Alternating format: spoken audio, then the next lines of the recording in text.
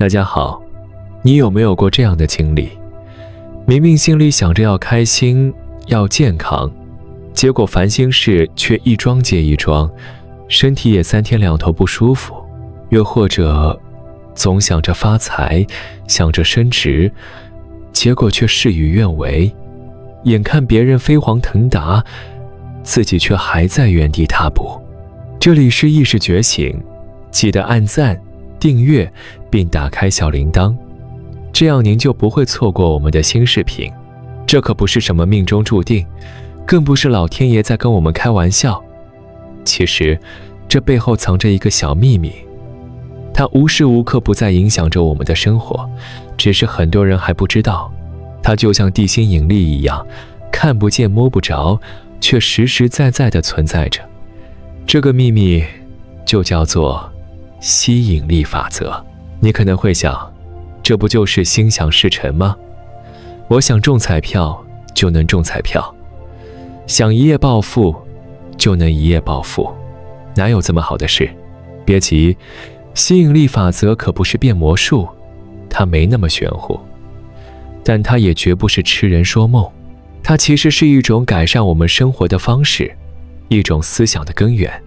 如果你真心希望你的生活变成什么样子，它就有可能慢慢变成那个样子。是的，是慢慢，而且是有可能。如果你的心底压根就没想过要变好，那它自然也就不会变。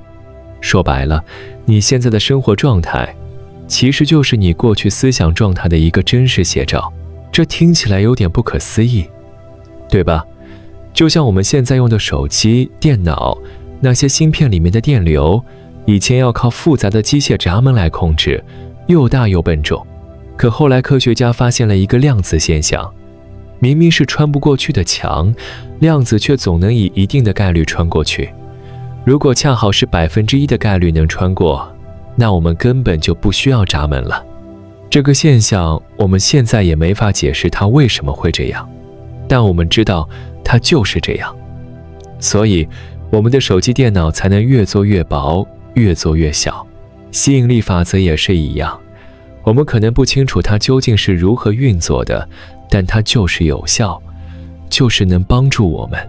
吸引力法则之所以被大家广泛知道，是因为一部叫做《秘密》的纪录片。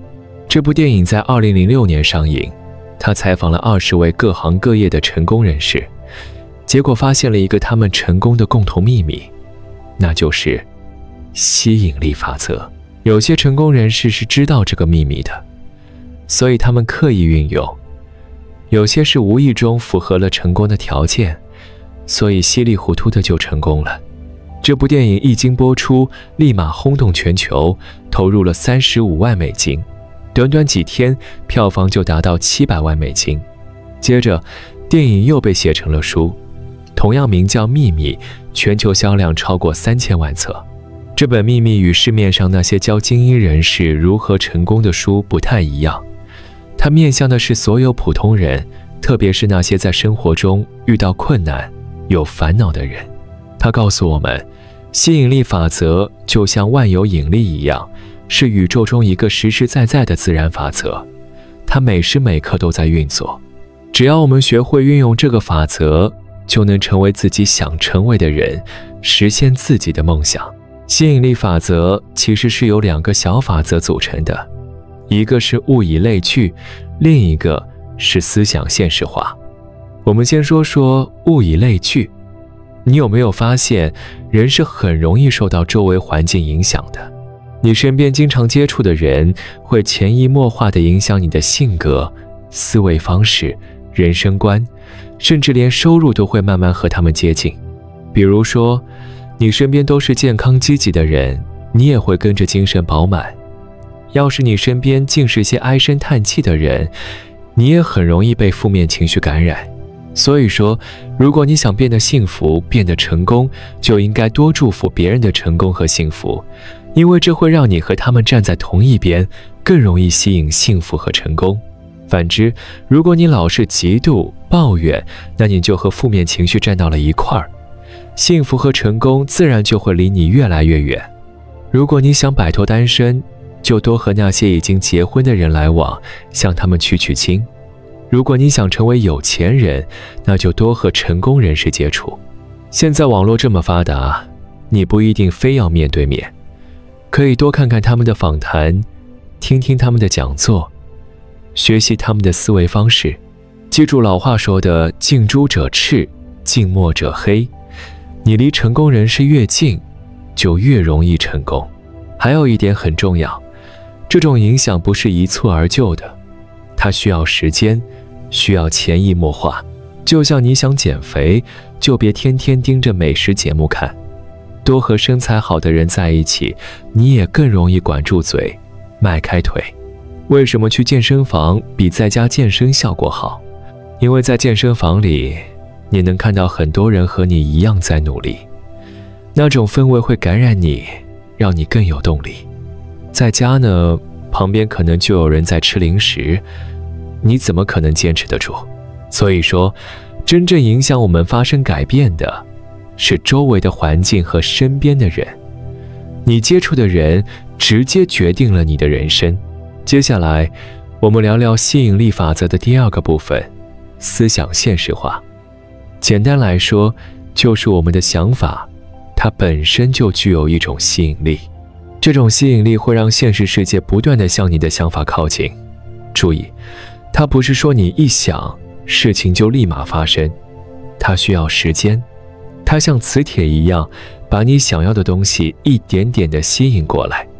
举个例子，当你没成为有钱人时，可能会觉得有钱人很少见，可一旦你自己变得有钱了，你会发现，原来这世界上有钱人还真不少。孕妇也有这种感受，没怀孕的时候，可能1年都碰不到几个孕妇，可一旦自己怀孕了，突然发现身边到处都是大肚子妈妈。这就是吸引力法则在起作用。你每天都在想什么？那些想法就像一颗颗种子，它们会慢慢生根发芽，最终变成现实。所以，如果你想成为有钱人，想成为成功人士，那就得一直想，一直想，直到你自己都深信不疑为止。如果有一丁点怀疑，就说明你骨子里不相信自己会成功。吸引力法则是什么都吸引的。如果你不相信自己会成功，它反而会把失败的结果吸引到你身边。所以，吸引力法则最重要的就是你究竟相信什么。表面功夫是没用的，装作自己有钱，装作自己漂亮，那都是白费劲。你要打心底里深信不疑，没有一丝一毫的怀疑。吸引力法则为什么不叫成功法则呢？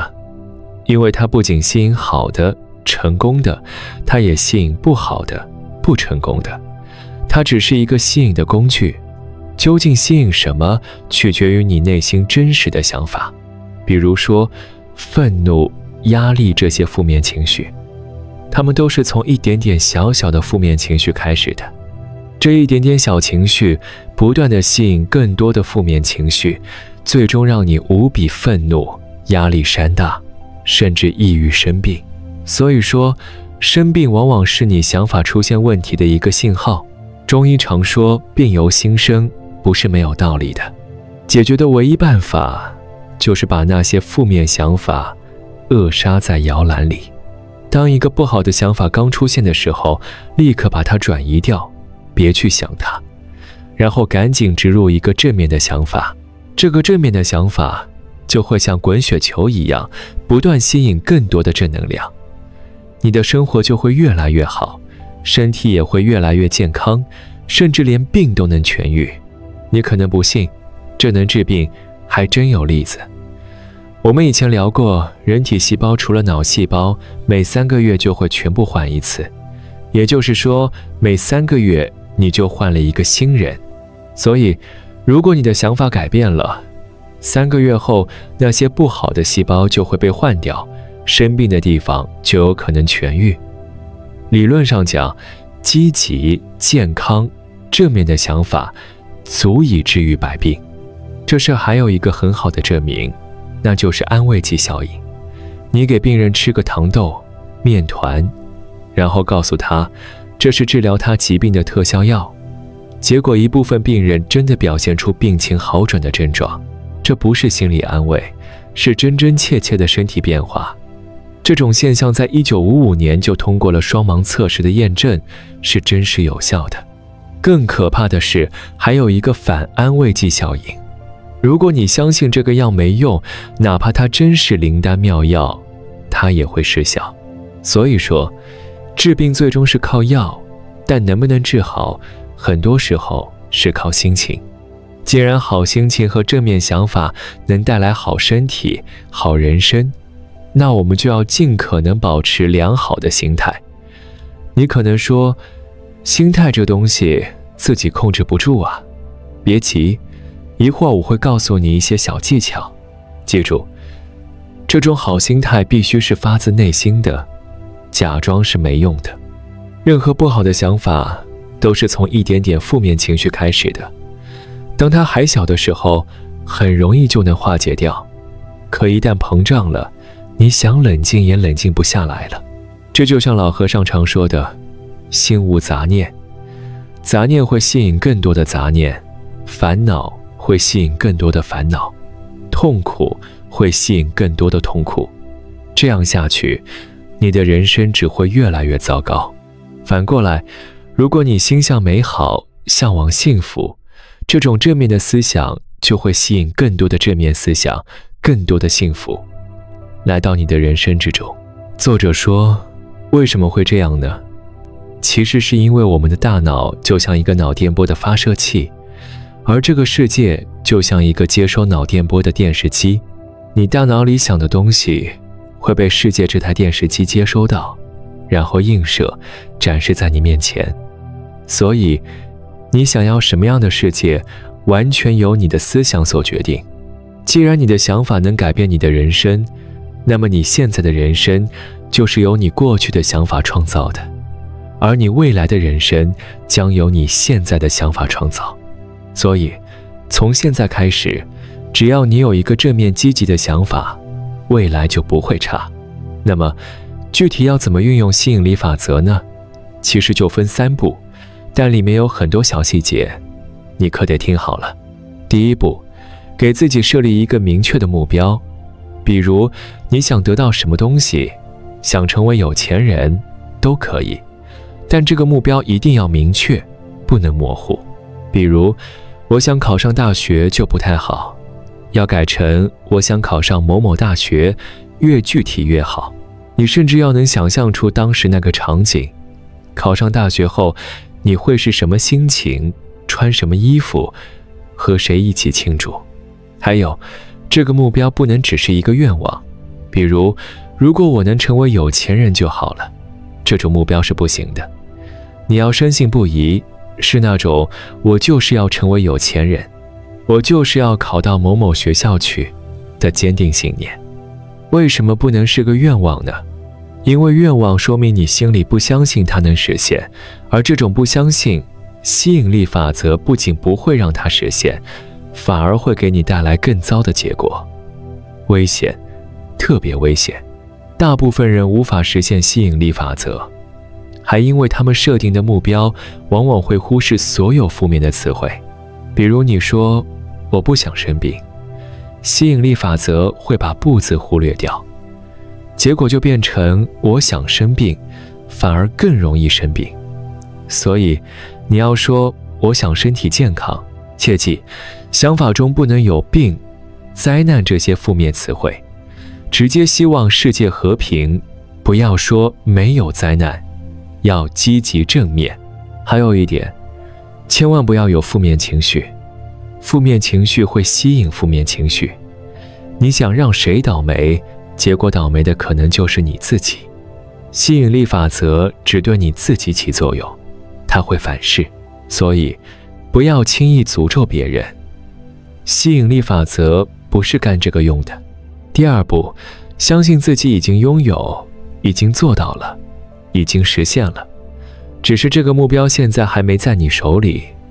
什么意思呢？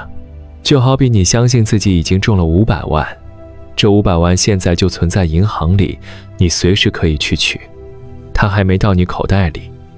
但你坚信它已经是你的了，不用着急去取，它到时候会自己来的。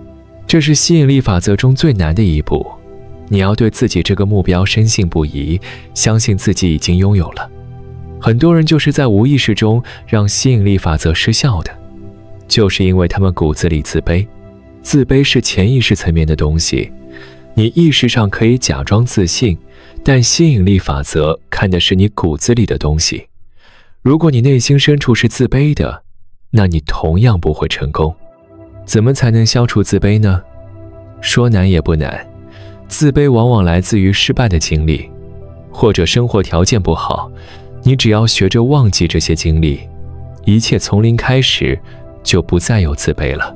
当然，忘记可能有点难，但如果你想成功，就必须忘记这些。真正相信自己已经成功的人，会发自内心的开心和舒服。如果不是真的行，你会有各种违和感。比如你说我有钱了，但心里会嘀咕，我这生活怎么没发生变化啊？真正相信的人已经开始享受了，就像做梦数钱一样，那才叫真的相信了。为什么你相信了，它就会实现，就会有这种吸引力呢？可以用2个理论来解释。物以类聚，你只有相信自己已经是了，已经是那种生活了，那种生活才会真的向你靠近，因为你们是同类了。你不信，你还是原来的状态，就不是异类，它就吸引不过来。时间不存在。我们之前讲过双缝干涉实验，有一种可能性是时间根本就不存在，过去和未来其实都是现在，所以你现在的状态实质上决定了你未来的状态。你现在已经是了，那你未来也就是了。所以你可以从现在开始改变未来，甚至改变过去。就像我们以前说祈愿的时候，不能说我希望怎么怎么样，一定要说我已经怎么怎么样了，这样才能真正实现。第3步，取得你的成果。但在取得成果之前，需要等待一段时间。你要吸引的目标越远大，需要的时间就越长。那有没有什么快速吸引的办法呢？有，接下来给你介绍几个吸引力法则的小技巧，能够帮你放大效果。第1个技巧，训练自己瞬间转移注意力的能力。我刚才说了，任何不好的想法、抑郁的情绪，都是从一点点负面情绪开始的。怎么扼杀它？不是不去想它，而是立刻转移注意力，把注意力集中在其他任何地方都可以。这和佛教的冥想其实是一回事。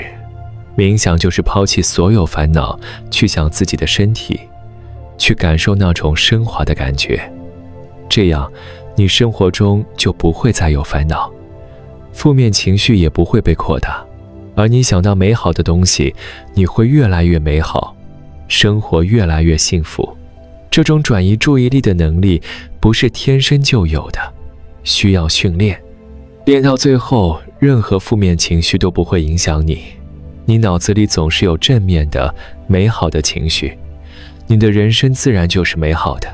第2个技巧，不要想太远，你的目标距离越远，需要的时间就越长。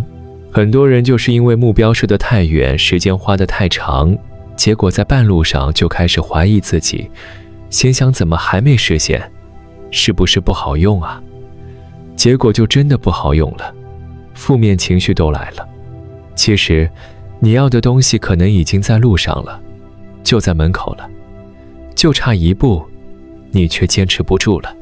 第3个技巧，把你的目标视觉化。你想象你的目标时，不能只是一段文字，一定要是一个看得见、摸得着、非常现实的场景。你想到自己有钱了，是什么样的状态？穿什么衣服？住在什么地方？开什么样的车？和什么样的人接触？在哪个城市？这些都要想得越清楚越好，目标越清晰，实现的速度就越快。如果太模糊了，这个世界都不知道你要找的目标是哪个，就很难吸引过来。你可能说，我既没有那种很负面的情绪，也没有特别具象化的目标，怎么办？也没关系。那说明你根本没想要吸引什么，说明你很满足现在的生活，它就会不断的吸引、满足过来，各种满足。当然，如果你心里有进步2个字，它也会吸引进步。如果你身边的人都不想奋斗，而你想奋斗，你要小心了，因为你也会受到他们的影响，渐渐的也不想奋斗了。第4个非常重要的一点，行动。行动能够加快吸引力法则实现的时间，东西就在那里。你想让它快点过来，你可以朝它跑2步啊。也就是说，最好不要光想不练。光想理论上是可以的，但究竟什么时候能来就不一定了。为了让目标更快实现，最好能够实际行动，而且切记不要优柔寡断。优柔寡断就意味着你有些许不自信，有些许没有相信它会实现。相反，失败的结果反而会被吸引过来。这里也可以检测你是否真的相信自己能够成功。如果你真的信了，你为你的目标付出努力时，你不会觉得累，不会觉得痛苦。但如果你不是真的信，你嘴上说还得背单词，但心里却觉得累，那你背了也可能不会成功。在《秘密》这本书和电影中，还提到了一个充满强大力量的咒语。只要说出这个咒语，或者从心底默默念出这个咒语，吸引力法则就会最大限度地发挥它的作用。这个咒语就是感谢。感谢是一种非常正面的东西，它能吸引来各种各样正面的东西。你感谢别人，别人就会喜欢你，就会被你吸引过来。你感谢金钱，金钱就会喜欢你，它就会被你吸引过来。你想要什么，你就感谢什么就行了。我们要一直心怀这种感激之情，不用谢天谢地，谢谢你周围的一切就可以了。最后，我们来聊聊吸引力法则有没有科学依据。其实，它还真有。我们以前聊过维度的时候提到过一个理论，叫做超弦理论。这个理论是现在物理学界试图把整个世界的物理学统一到一起的一个大一统理论。他认为，这个世界的本源其实都是一个个不断颤动的弦，或者说是一个个能量圈。世间万物都是由这些能量圈组成的，之所以能组成不同的东西，是因为它们颤动的频率不一样。颤动的快一点可能是水，颤动的慢一点可能就是光。而我们的思想其实也是一种能量圈。宇宙万物包括思想都是能量，所以我们的思想，我们想的东西，它的颤动频率会吸引着相同频率的东西。比如说，我们想要一个苹果，我们想这个苹果的振动频率就会和苹果的振动频率一样，然后这个苹果就会被吸引过来。如果超弦理论是对的，那这个吸引力法则就是对的，而且它一定是宇宙的基本法则。